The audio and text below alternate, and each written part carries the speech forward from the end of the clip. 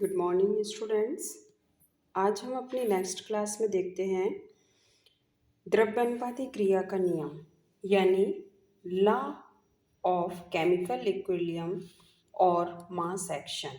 Okay, इसके पहले आपने पढ़ा था रासायनिक साम्य में क्या होता है।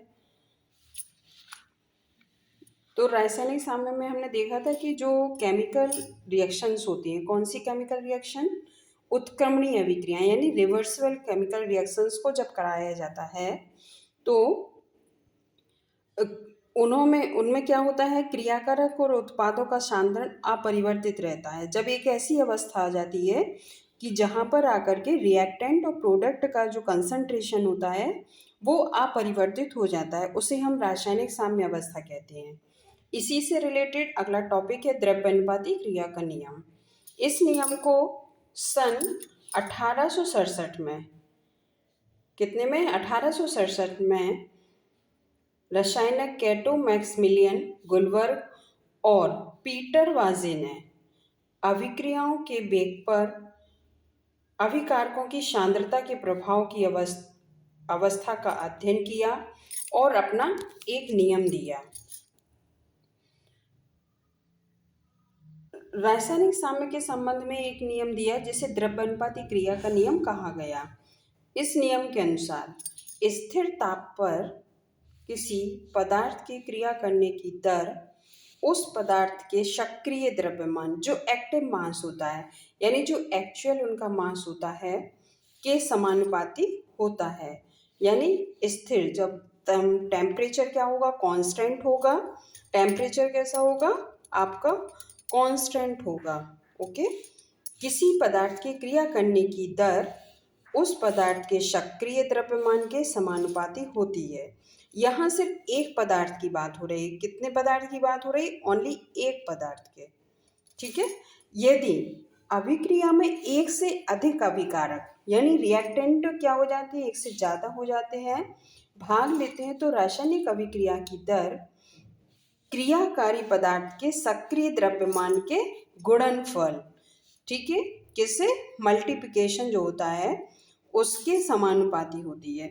जब यदि क्रियाकारक क्या हो जाते हैं, रिएक्टेंट एक से ज़्यादा हो जाते हैं, तो जो रासायनिक अभिक्रिया की दर होती है क्रियाकारी पदार्थ के सक्रिय द्रव्यमान, जो उसका एक्टिव मास होता है, उसके गुणनफल के समानुपाती हो जाती है। हम एक रिएक्शन के तौर पर देखेंगे, जैसे कोई रिएक्शन है ए रिवर्सिबल सी, यहाँ पर ये सारी जितनी भी रिएक्शंस होंगी वो कैसी होंगी, उत्क्रमणीय यानी रिवर्सिबल होंगी। ओके, ए रिवर्सिबल सी, तो हम देखते हैं क्या हम लिखेंगे इक्वेशन, अग्र अभिक्रिया की दर यानी जो फॉरवर्ड रिएक्शन है उसको हम कैसे लिखेंगे, आर एफ प्रोपोर्शनल ए।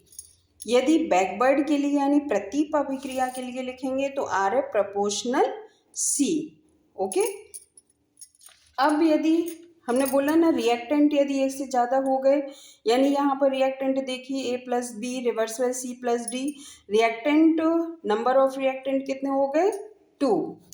तो फिर कैसे लिखेंगे, अग्र अभिक्रिया की दर R F proportional A into B. Okay, बोला था ना गुणनफल के समानुपाती हो जाती है। इसी प्रकार से बैकवर्ड के लिए लिखेंगे R F proportional C into D. I think इतना तो समझ आ गया होगा। आगे देख लेते हैं।